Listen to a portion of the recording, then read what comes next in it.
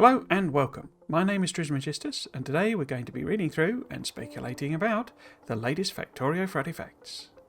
Friday Facts 405, Whole Belt Reader and New Logistics GUI. Posted by Clonan. Hello! Today we have quite a range of new features and improvements coming in 2.0. And just to note, it is a little bit of a mad collection. There's not really proper theming. It's just a sort of collection of smaller improvements they put together. And quality of life improvements again. Whole Belt Reader. Oftentimes you want to read the contents of a whole line of belts.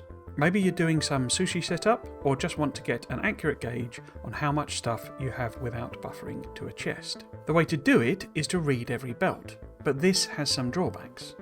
It's ugly, it's inefficient, it's tedious, it obscures the items on the belt, and it doesn't work for underground belts. I'm not sure it works for splitters either, does it? I don't think you can attach splitters to wires? Maybe I'm wrong on that and you can, but I didn't think you could. Anyway, the picture they've got, the in-game screen capture, it illustrates this really well, I think. It is a sushi belt. I'm not someone who's really ever used sushi belts. It sort of always felt a bit like a massive faff for no real benefit, but I know they are quite popular.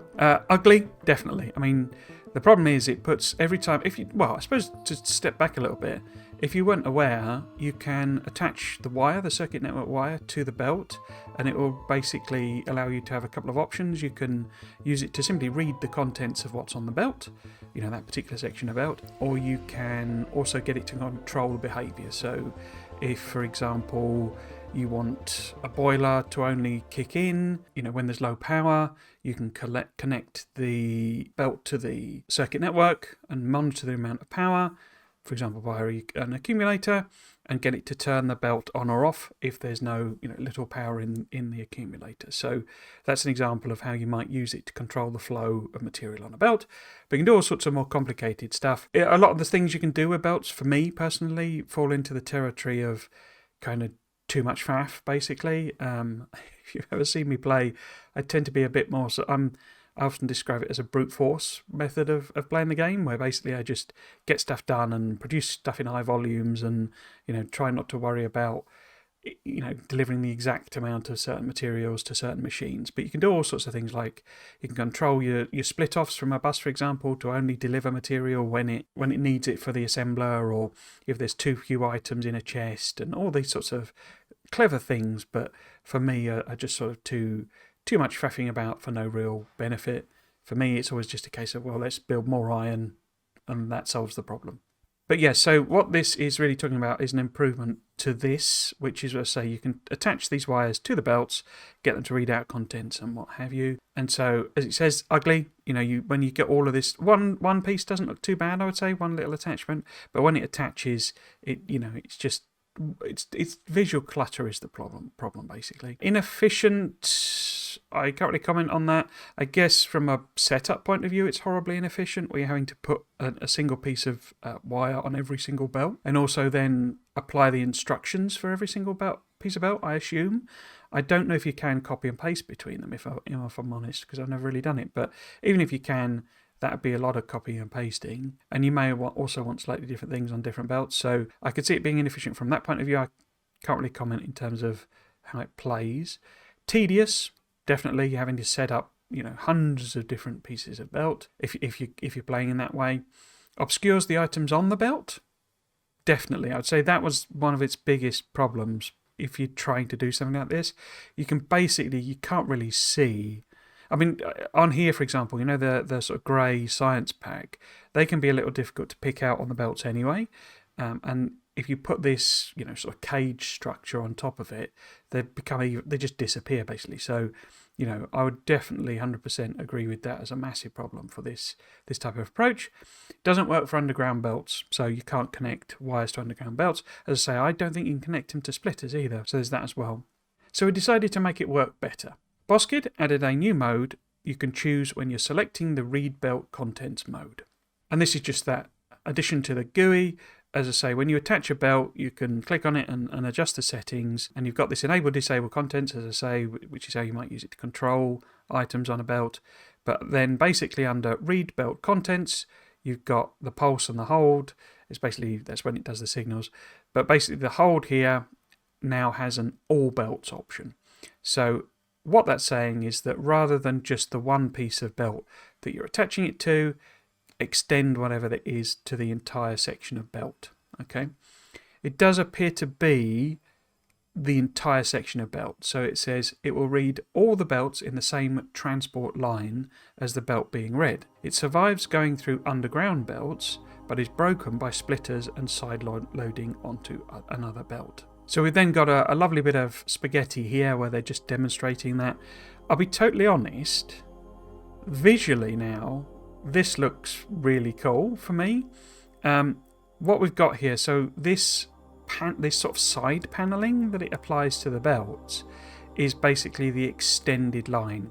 So where it attaches to the belt, the red wire goes on here, for example, that still has that cage structure, and then if you've selected it to be entire belt, it will extend this line up here. And so we've got all the various examples going on here. So for example, underground, it includes and passes through the underground. So this belt is now this control is affecting this whole belt section all the way down to here. So this is part of that, what that's reading and applying to. But when it gets to a splitter, then that's when it breaks, which makes sense because your splitter, you've obviously potentially got two things coming out. You may be using it in particular ways, but you've got two options coming out. So how would it know which way to go? And how would you do sort of left, right, and middle as options? It would be very messy, I think. So it makes sense that it stops there. And there's obviously nothing stopping you from connecting. You can have a power pole here and connect it on both sides. So you could do that. The other thing it's got here is you can obviously use the green wires, red wires, not just on combinators. So you can attach them to, what do you call this? A speaker, I think it's called in the game. And again, that's reading the entire contents of that section of belt. And that's a split off from this main belt here. So obviously, this is just monitoring this section of belt. You've also got here, it's connected to two pieces of belt, which is, of course, something you can do. So it's then monitoring the entire contents of that belt and that belt. And what it mentions about side loading, so side loading on here, they've done a nice little visual, tweak here so that this like paneling on the side that looks like it's blocking any access. When you do a side load, it sort of has a lifted up section so that you can imagine the pieces, falling off of the front of the belt. That's a really nice little touch. And then you've got the side loading of the actual monitored belt on here, and so that doesn't extend into the side loading, which again makes sense because you wouldn't necessarily what's going on upstream or downstream. You don't know whether that's relevant to whatever you're doing.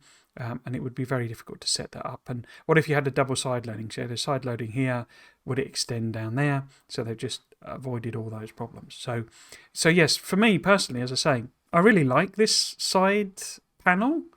I think that looks really cool. And I'm almost tempted to just put these on just to get that effect, basically. You can imagine it on a bus, or maybe like the edges of a bus or something like that it does that side loading effect. So I'd almost be tempted just to put that on to get that visual effect because it does look really cool to me. But yeah.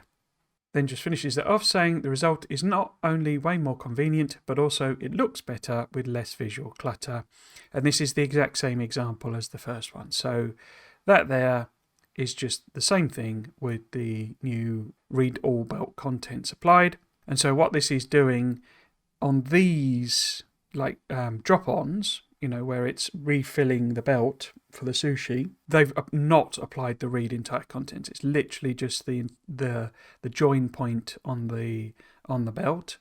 And then for these, one assumes, we obviously don't know that it's definitely reading it both, but basically both of these are connected, I think.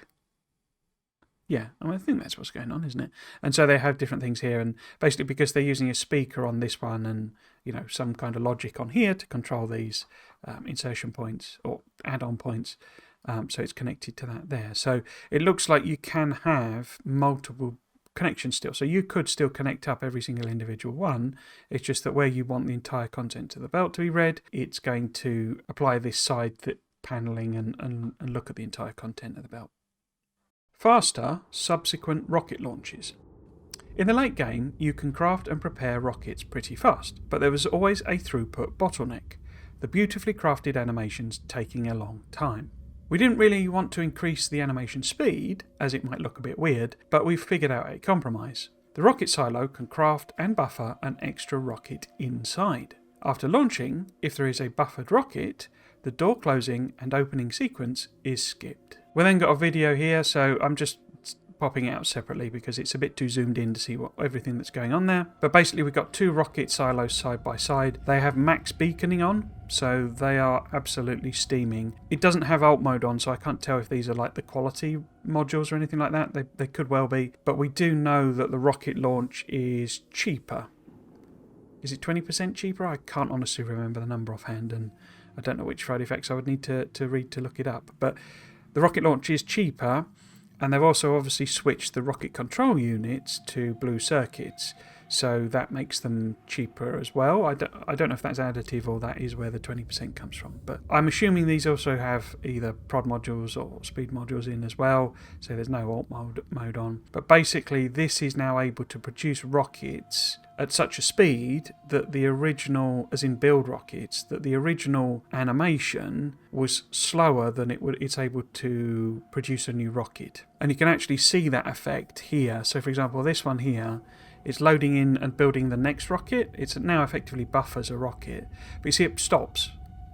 So this is able to load on and feed in and build a rocket faster than the animation runs, basically. So you still get a slight pause effect, I think. Let's have a look at the belts.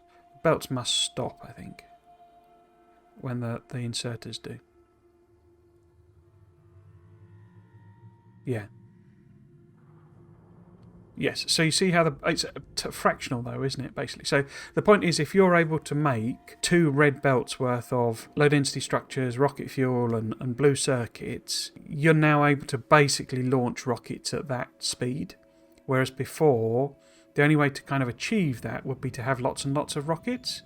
And if you remember, for example, on Folgora, where we have a lot limited space to start with, we know eventually we can, landfill the oil sands and stuff. But on Folgora, you've got this limited space. So if you're trying to launch rockets and you're, launching them at pretty quick pace because you've got loads and loads of production set up, you've got all these super new amazing machines to do things quicker, produce more amounts of material, and you're able to build them super fast, and you want to launch off, and I mean obviously this is generating white science, but you're going to be wanting to launch off your science packs. If you set yourself up to be able to produce like that, and then because you haven't done the research yet to build on the oil sand, you're working on these tiny little islands, or plateaus rather, you would be very limited in the number of rockets you could build without spreading it across multiple islands, and we know that's going to be a pain because you'd have to train potentially elevated rails at everything across, or maybe bots would work for shorter gaps. But basically the point is, if you're able to produce stuff at high volumes, the only way to do it in vanilla, produce the rockets that you could actually support with your production, would be to have lots and lots of rockets. So you would be producing in 5 silos or 4 silos or what have you, and that's a big space. So now what they're saying basically is it buffers a rocket inside the rocket silo, and what that allows them to do is avoid, if you've never launched a rocket, what happens is there's like rocket doors that open up. I imagine that because some people never do launch a rocket. They play hundreds of hours and never actually launch one. But basically the doors, they actually go at a diagonal, don't they? But the doors open up and the rocket lifts up like it's doing in the animation there, and then it launches, off it goes, and then the doors slowly close, and then it'll redo the animation. At that point is when it would start building the next rocket. So it doesn't even start trying to build the rocket until you're ready to go, basically. So now it buffers a single rocket, so it can build a rocket while it's launching a rocket, and that means there's a legitimate reason not to open and close the doors. So it's not having that, and that is, it takes up like half of the animation to do that, basically. So getting rid of that is actually a huge speed improvement, and then you can have fewer rocket silos launching many more rockets. I've done that thing again where I massively over-explained something, haven't I? Because I'm sure you all launch rockets and stuff like that, and you know how it works and how the animations goes. But yeah, so it's quite interesting. This is something that is an issue, essentially. There are also, just to link back to the first part about the monitoring the belts. So what they're clearly using that here, because this is connected by a red wire to the inserter on the requester, and clearly what they're doing is they're controlling the inserter based on a signal coming from the belt. So what I would normally do is stick it in a chest and so effectively buffer it in a chest and tell it to only insert a satellite and launch a rocket when it goes below a certain amount in the chest. And what they are instead doing is clearly they're just monitoring this belt, and they're saying if it's not got white science on it, because it can back up basically, and the game will keep launching rockets even if you've got nowhere to put the white science. And so what's happening is that it's saying to the satellite inserter, put the satellite in when there's nothing on this belt. So if it's backed up and it's still stuck here without emptying, don't put a satellite in. If it's empty, because the white science has been emptied out, then you can put a satellite in. These changes mean that the throughput of a single rocket silo is more than doubled. This is also super important for space age, where you send a lot more rockets. So the doubling of the throughput, because you now say if you want to do like a mega base, 1,000 science per minute, you need 2 rockets because the animation is sufficiently slow and the build time that you need 2 rocket silos in order to hit that speed, because the amount that's produced is, the entire build and launch time is more than a minute, more than 2 minutes, and you get 2,000 science each time. So you need 2 rocket silos at the moment, and now you're not going to need that. You'll only need 1, which makes more sense, really. It's a speed of production that's been dictated by the animation rather than anything else you can do. Pump filters. It can be annoying if you get some train mixed up and they dump a whole bunch of lubricant into your crude oil inputs. Adding a pump to filters was technically possible for a long time. We just had to add the GUI. So here it is in game. The bit that's changed is that bit there, basically. So we've now got a filter on the pump. So you've got a station, for example, that's unloading water here. Then they've set a filter so that if some train does accidentally go there, or more likely you put the wrong instruction in and it goes to the wrong place, as it lands there, it's not going to pump it out if it's oil or heavy oil or any of the other options it might be, but basically you can filter it. It then just says, and of course if we have the fluid filter, it makes sense to also make it part of the circuit network control. We're sure there will be some ingenious designs that will utilise this new power. Sushi pipes, anyone? That sounds horrible. Wow. One of the things I would say on this, though, is that the system at the moment is a little, how to phrase it, a little inconsistent as to whether you can have mixed fluids in pipes. There doesn't appear to be anything that stops pipes and tanks from holding mixed fluids. So in other words, a tank holding both oil and water doesn't seem to actually be something the game stops as such.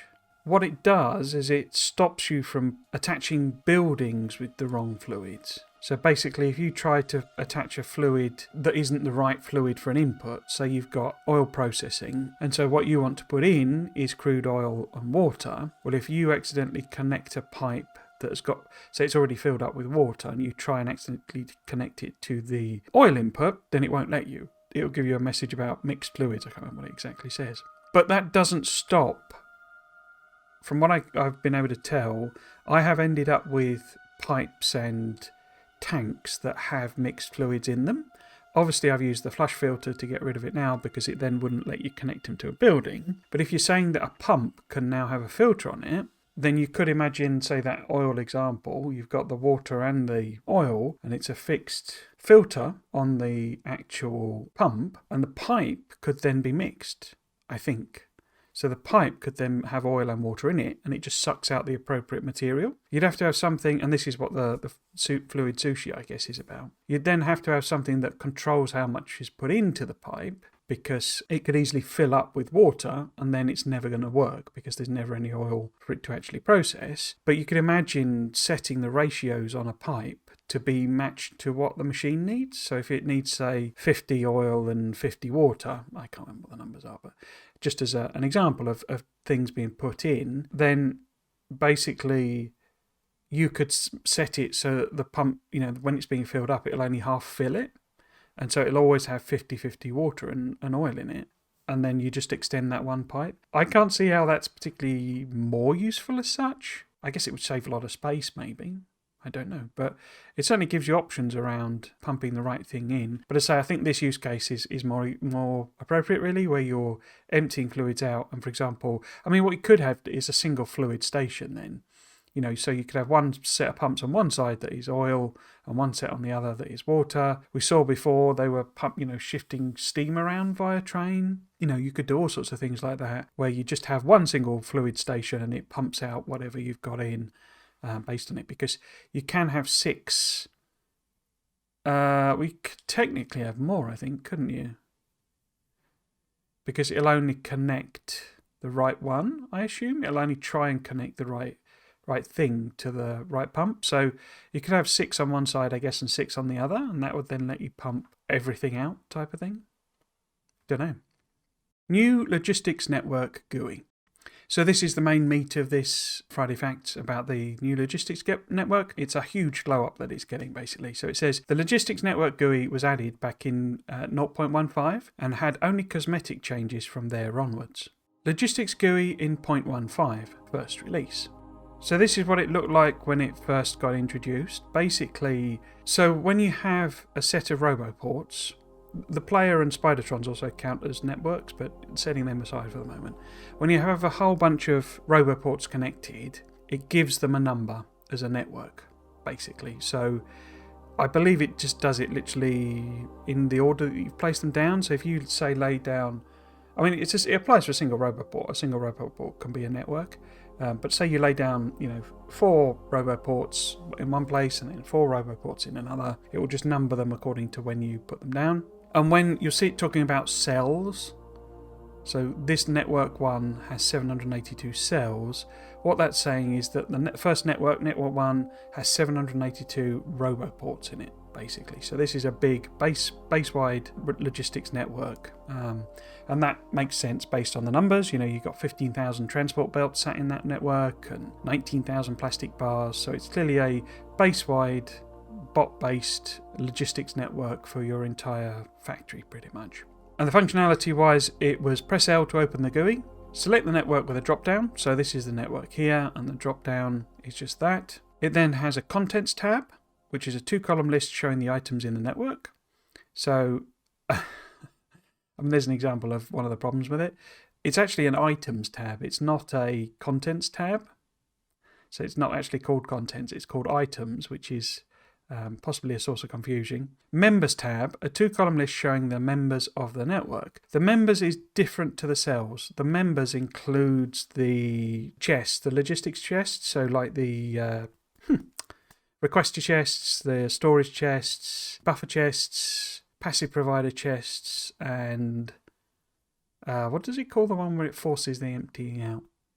Active provider chests. So those chests are actually included in that members thing, along with, from memory, the bots themselves. I think they're included as members of the network. They must be, surely. So basically the members is slightly different to the cells in the network. It's then got a search bar for searching in the selected tab, which is actually up here. This is the old school search tab. I'll be honest, it says, while functional, the GUI was not used very much and left a lot to be desired. I'd absolutely echo that sentiment. The only real use for it I ever had was when you had a big network, that was in your entire base in a thing, you could then work out, and especially if you were doing things by robot, say you've got a production hub or something like that, and you suddenly realise, I've run out of X. Is that because I'm not getting delivered, or is there some problem? And you could use it as part of problem finding to say, right, well, say for example, you anticipating you're making shotgun shells and they're not being delivered, and you're like, why have I not got any shotgun shells? You could look in the network and say, oh, well, there's shotgun shells in the network.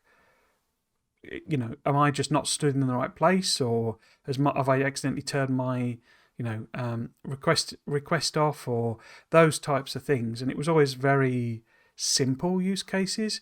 It was never that useful for managing a network, basically. That was always the problem with it. Particularly this.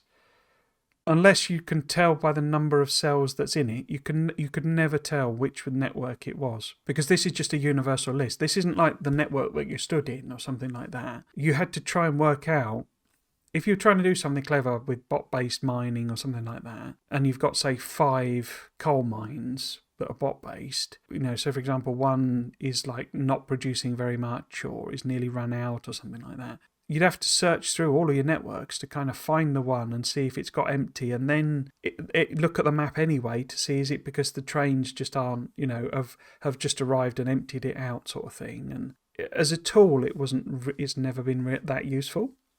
Iteration 1. The new Trains Overview GUI from Friday Facts 364 was a winning formula in my book, so let's just try to copy it. So this now has a list on the side to categorize things, and mini-maps to give specific information about each individual related item. And here we see it. I've actually blown it up so that, because this text is quite small, and I just need to check. I'm actually in the way, so we'll flip back in a moment. But this lets you just see it a bit better on screen, I think. So you've basically got a list down the side here of the items, basically. So this, where it's got the items list here, this is now down the side. And you notice we've now still got the 2 tabs. We've got items and members, so that you could try and tell which is in the system. But it has also got here what's going on with individual roboports. So as this is the train style GUI. So if you imagine this is your station for repair packs, I don't know why it would be. So we're looking at network 3 with 142 cells, right? And 8 of the roboports have got repair packs in them, basically. Or 8 places. Are they all roboports? Oh no, there you go. So you got a passive provider here has got them in as well. In fact, it's got 4.8k in, so that's a chest that's clearly not been capped properly. But basically, you've got a total, I assume, of 5,262 repair packs. I'm not going to do the maths, but it looks like if you added those up, that would be 5,262 repair packs. They are spread across 8 members, so 1, 2, 3, 4, 5, 6, 7, 8. And we can see each of those members on the GUI side of things. So you've got, there's a storage chest there as well. So you've got a storage chest, a passive provider, and 6 roboports with repair packs in them, basically. So already it's a lot more useful for seeing what's going on and where it's going. You can't really tell what's going on with the network side of it, though. But yes, I believe these, that's I believe what it's showing. So basically, here, for example, there is a member somewhere, be it a chest or, well, it'd have to be a chest, I guess, wouldn't it, for power armor? But there's a chest somewhere with 2 power armors in for some reason. But yeah, so we'll flip back here. So this shows you the full list. There aren't, that I can tell, any Easter eggs in there. There's no sneaky little picture of a science pack or something like that, or a tungsten rod or anything like that. This is all based on vanilla play. There was a big problem I was avoiding, which is the network selection. The drop-down solution is bad for a few reasons. Firstly, you can't identify the networks in the drop-down. The only information to go on is the number of cells, roboports. It takes extra tedious clicks to change the network, so finding the network you want takes even longer. And this is the drop-down, basically. So you see this little arrow? That's where you'd be dropping down. So again, you're still doing this same thing of selecting a network using a drop-down. Interestingly, it has added on the Nalvis tag, basically. So these are now the networks on Nalvis. So presumably there's then one for Fulgora and Volcanis, and you could see all the networks there. But again, it's just a network given a number 3 with 142 cells on it. You could, I think, clicking through these, work out where it was, and if you remembered how you'd set that network up, then you could understand it. For one thing, you're just having to use a horrible drop-down list. This could have hundreds of entries on it, so finding the one you wanted would be very difficult, and especially, you now know it's Nalvis, but you don't know what number is what, basically. Iteration 2. Here, I tried to tackle the network selection. The first step was to change from a drop-down to a list, which is instantly better. The second step was to add the icon in front to differentiate the mobile and roboport networks, so we're getting somewhere. So as I mentioned, you, the player, once you've got a Roboport on and activated, you are a logistics network. The Spidertrons also have the same functionality because they can have a Roboport on, and they are then a logistics network. Every other network is Roboport based. What's being added on here is this left side of the GUI, basically. And what they're doing is they're showing a drop-down list. They're showing a complete list rather than having to pick from a drop-down. So the pain point that's alleviating is simply that you can click through quite quickly and instantly see just straight off without having to click on anything. Oh, that's got one Roboport in it. You know, what is that? You can click on it. It then shows you on the minimap what that logistics network is. So network number 3, 142, which is exactly the same as this network, and you can actually sort of see the bits of it here. That's then telling you visually where that logistics network is. So you can just instantly see, oh right, that's my main base. And you click on this one, oh, that's my mining outpost over to the east or something like that. So it's instantly better for identifying where the networks are. Interestingly, I would say though, we've lost the Nalvis part. I don't know if that's just because it doesn't show you the Nalvis bit until you get to having unlocked planets, but it's interesting that's been dropped off, that it's not telling you which network these are actually on, you know, which planet rather these networks are on, as that would be another way of instantly filtering between them. But I say that's just an oddity. The contents of the particular network though is still basically the same idea. It's just been punted over to the right, and you can see the little mini maps for each of the members of the network. However, what it is different is its requests. So I'm not sure if that functionality was in there at all, but these are now, I think, the members of the network that have requests on. So these would all be chests, I guess. And I think now we're seeing that, for example, this one here, these two Roboports, or these two chests have a total requesting of 100 and they have 105 in them. I think that's what that's showing.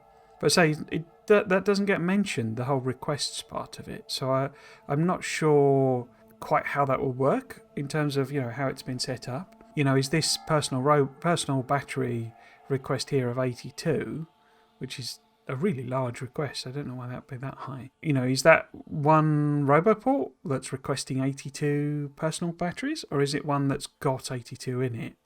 Because this could be the contents, and then if the request is 0, it's either not got request on, or it's, you know, it's not actually a requester chest. These are all showing as requester chests though here. So I don't know. It's just that's a different piece of information that doesn't get explained anywhere. Just to skip ahead, we're back to members and items, and, you know, the request is gone. So I don't know. I guess I could also just zoom in. It's even more difficult to see with my big head in the way, basically. But yes, this is just to show you it sort of blown up. I'll just read through the next bit, because it says, but the biggest problem is still identifying the networks. My conclusion was that basically the only way to identify a network is by looking at it. So I added the selected networks minimap. This started to get there. I can quickly go through the networks on the list and visually identify the networks within the minimap. However, the GUI starts to look like a monster. We've got 2 lists, and to fill some space, I added some random network information and so many minimaps. As I say, my big head is now in the way of this part on the left. But basically, the random information is this: cells, active logistics robots, station logistics robots, active construction robots, station construction robots, which is all very interesting and could be used particularly for fault finding. So say you thought you'd set a network up, you click on here and you go, oh, bum, I've left out the construction bots or logistics bots, so it's not actually going to do anything, and then you can go back and fix that. The point basically is it's getting massively visually cluttered again. Got a hell of a lot on this, and really, if you're doing 2 things like this, it should probably be 2 GUIs, certainly rearranged basically. Iteration 3. After some testing, I determined that the individual item minimaps were not proving to be that useful. With that in mind, I could change things around. This iteration centered on the idea that the list of items was not so useful. With logistic networks, you generally don't care where the items are, you only care if there is enough in the system. So I removed the list of items and added a generic table of contents. This means we can cram a lot more of them on screen. So This is the next version. It's got still the list on the side, okay? And rather than items being a list related to each individual member, cell or whatever you want to call it, the roboports and the chests, it's now a generic total, basically. So you can't now click on a particular roboport in the network and see if it's got repair packs. You can't click on a particular chest and see if it's got whatever iron plate in it or something like that. Ish. So we'll get round to it, basically. But you can't do it from this GUI, basically. You can still do it. It's a bit sort of taking a thing away and then adding it back in. But basically now what this is showing is the total list of items that are now in that particular network. So this is the main base logistics network where it's got all sorts of stuff in. So it's got all sorts of stuff in the list. We've got uranium fuel cells and shield mark 2s and all sorts of stuff that's being built, just a production hub type area. So it's clearly got loads and loads of stuff in, including, interestingly, some some random blueprints, deconstruction things, which is a bit odd. The basic point is that when you're looking at a network, what you care about is whether or not, say it's an area making, maybe it's a mining area, and you're looking to see, have my chest filled up, because I'm detecting that the trains are arriving very slowly. So go and monitor that network and see how much iron ore is being generated. Is it ticking over quickly, or is that slow production for some reason? That's a fairly poor example, isn't it? Probably more better with like belts, transport belts or something like that. But you're basically looking to see what's in that network in totality. You're not really looking at individual chests and individual roboports. I would kind of counter-argue to that in that if I'm digging into these menus, I probably am actually concerned with what's in that individual network. As I say, if I'm mining up iron ore or something, I probably do want to check at some point, if I'm problem finding, what's in an individual chest. Because I want to know, is it only emptying the chests at the front sort of thing, where I want it to unload all the chests or something like that. So there are examples of where I would probably want to use that, but say actually the next version brings that back in, or the later version does anyway. But the basic point really is that if you're looking at one of these networks, you want to see what's in there in total. Again, I would another counterpoint to that is that this is way too visually cluttered again. But say the next version does sort of fix that. After using it for a while, I realised that this is the way to go. There were just some tweaks needed. Firstly, it is oddly out of proportion. Secondly, the minimap is rectangular. And thirdly, the table of items is too wide. As I say, that's what I mean by it being too visually cluttered. In terms of the minimap rectangular, I don't actually see that as a problem. I don't. Maybe they've got a design rule in Wubi of having square minimaps, but I mean, when you pop up the map, unless you're playing on a square screen, the map is a rectangle. So I don't really see that as being a problem. But I guess they just didn't like it. Iteration 4. So there is an obvious improvement. We move the items to the side. This gives us more height, which means we can make the minimap square and bigger.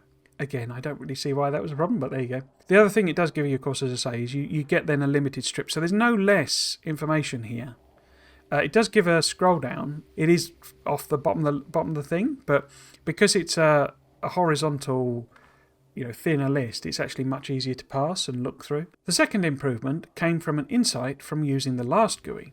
The number of members is generally pretty small, 5 to 10 at most. So the members tab was often really empty looking when compared to how much space the item tabs reserved. So then there isn't really much point in having them as tabs. We can just always show both because it is really unlikely that the members will become too big for us to handle nicely. So the members part, as I mentioned, was things like the number of roboports, the chests, the things like that. There is one on here. I'll actually pop it out as a video, sorry. So if we look at this first one, this red belt is identified as a member. I'm assuming that's because it's hooked up in some way via the red wires. I don't know why else a red belt would be identified as a member of the group. I say all I can think is it's something like we saw, with the Sushi belt at the top of this, where these then count as members if they're hooked into a roboport. I didn't know it did that, to be honest with you, but it is interesting. So yes, we see here now we've got a square mini-map, which apparently is a good thing they like.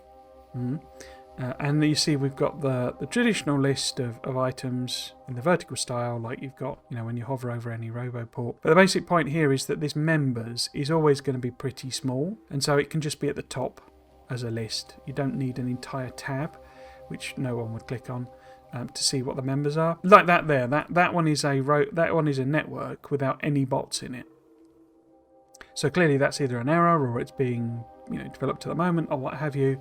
But having requester chests with no bots to satisfy the requests is clearly either an error or, as I say, it's probably been deleted as a thing. But it's got 960 things in, so maybe it's a refueling station or what have you. But if it's got no bots to move stuff around, it's fairly pointless having requester chests in there. But that's the type of thing you would be able to just diagnose from this map. The other thing it's doing, which we'll come on to, is it's allowing selection of robo networks from the minimap, basically, which to me, that's the biggest improvement here. Being able to just click on your network in order to find it, because what you really want to do, or what I would always want to do really, is be able to see the network that he's talking about, which they've already solved that problem.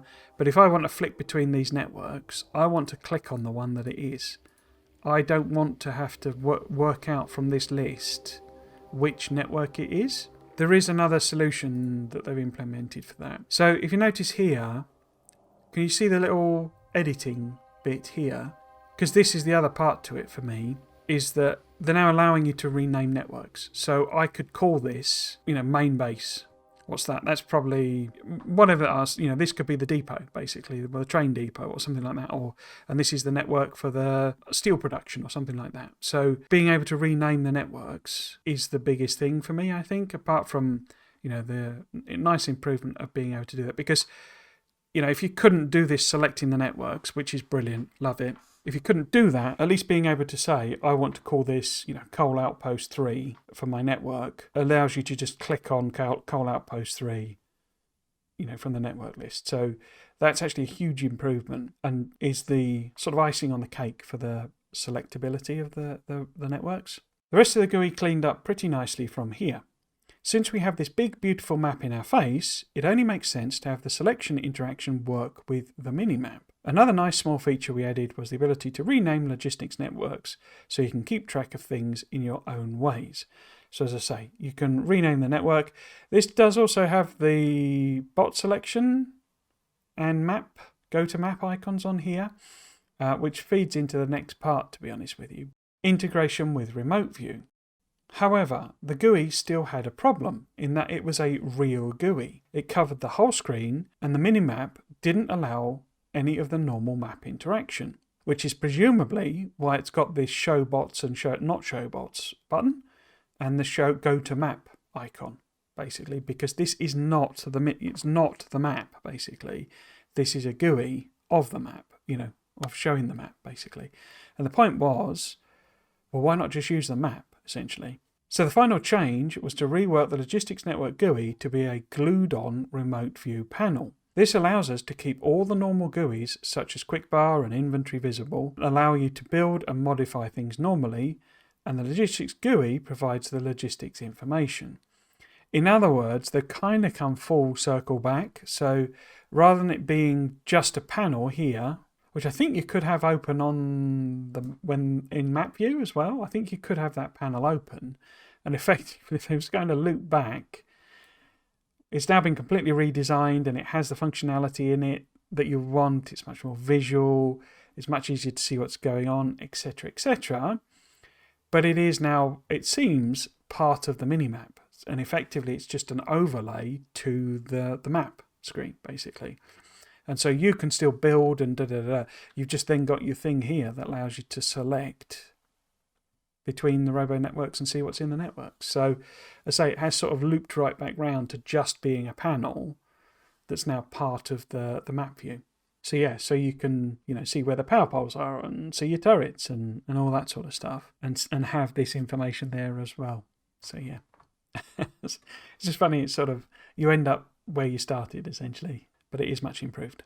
With this, we reach the current state of the new Logistics GUI. Can you think of any other improvements we can make to it? As always, skip the animations and launch your thoughts to us at the usual places.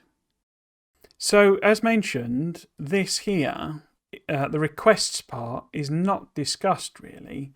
I guess, in a sense, we have now got this, because what you can do on the map is you can actually click on chests, particularly now that we have the proper remote view, and see what's going on. So I guess we could click on whatever that was, network 27, in this map rather, and we would see the things there, and you could click on the roboport, or click on the chests, or to show the members, and basically then see what the request you had set was. But yeah, I think some information like that might actually be useful. Being able to see, what requests and what, how much is in the chests would actually be pretty useful, because as I said, what you're really wanting is like the totality of the network when you're looking at something like that. So you want to know, how much iron plate is in that network. Is it, is it making stuff? Is it building batteries and what have you? And are those in the logistic system? But you also want to be able to then diagnose problems and fix problems. So I think you need, well, it would be useful, I think, to be able to see what the totality of the requests are. It's not going to be useful for like a network like this, because it's just too much information. But if you set up a little production cell that's making steel, you need to be able to look at those chests and see, and particularly see it as an overview, and say, all right, well, I've got 1,000 requests for steel, so that the stuff will move to my trains, basically. At the moment, you'd have to click through each of those individual chests, I think, to see what was requested in each of them. But if you just want to diagnose, say I know I should have set up a request for 1,000 in every single chest. I've got 10 chests. If the total request is 10,000, I know I've done my job properly. If it isn't, then I can dig in and start doing some fixes. So that's the type of thing I think I probably would actually want to have access to, is that some level of detail. What I'm also assuming is that these are functional, if that makes sense. It would be good, because this is saying this is a network with 18 roboports in it, 143 construction bots, 26 logistics bots, and then all these chests, you see. So I'm sort of hoping that you can select between them. You see how I highlighted them? That basically, if I click on the passive provider chests, it will switch the highlight to that. That would be the other thing I would want, really, is that I want to see where my requester chests are. So I click on requester chests and it shows me where they are in the network. I want to see where my storage chests are, and it shows them where on the network. Bots, not so much. You've obviously got the show and don't show bots functionality there. Although, interestingly, just noticing this is on, but there don't actually seem to be any flying around. Now, I don't know if it could just be in a torpor state, but maybe it's because there's controls flicks to this and you can actually switch between construction and logistics bots, maybe? I don't know. And get it to show them if you've clicked. So then you could identify, because at the moment this is everything. And it would be useful to see, I think, the bots that were flying about in your specific network, because then you'd be able to, diagnose problems and stuff like that. So yeah, so I'm hoping that you can click between these and it will show you that. I would also say, for me personally, I know the example being given here is super messy, everything in it one, but being able to actually see what is in some of these chests just by clicking through. So here, for example, if I could click on and see where repair packs, but if I could see where the pipes are or where the lasers are or something like that, that might actually be useful. I don't know. Less so, though, I think. So yeah, that would be my only kind of suggestion.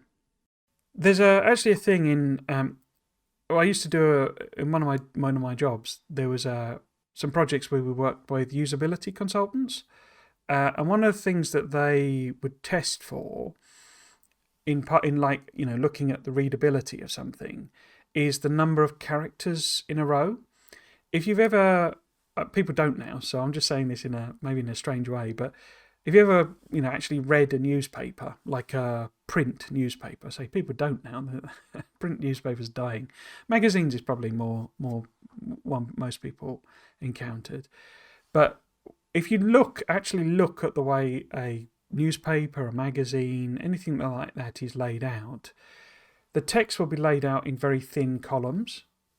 There is no reason that the text couldn't go from left to right, basically across the entire width of the page. But what they found is that if there's too long a stretch of text, you start to lose the plot basically halfway across the sentence. So there is a limit to the number of characters that you can have before it becomes slightly too difficult to read. Because what happens when you're reading, obviously, you read from left to right and then your eyes flick back, and you read left to right and you flick back. And that act of flicking back is actually like really useful because it gives us a tiny little mental break and a sort of reset for you to process the information. And so what you actually do is you limit the number of characters to 60. But it does depend on the type of thing you're looking at. So things like these icons, it's actually much lower. I can't remember what the actual number was, but you can't have a lot of icons in a row because there's a lot of information buried in an icon, particularly when it's got, text on it as well, that is kind of coming in at the same time. It's not just words. But yeah, for any text, the sort of 60 characters is the limit. So if you ever read a report and it's just like sentences that go on, it's really difficult to read. And the best thing to do is actually to shrink those and have multiple columns of text. And then you get the same information in total, but it's just much more readable, basically. And so that's why newspapers and magazines are laid out in that way. Just a little interjection there, because there's so little to speculate about in this one as well that I thought I'm trying to drop things in as we go. Hope you enjoyed today's Friday Facts video and might consider coming back for another one. If you'd like to chat about the latest Factorio Friday Facts, then you can find me live streaming Factorio every Saturday on my Twitch channel at Trismegistus. Thanks for watching. Cheers.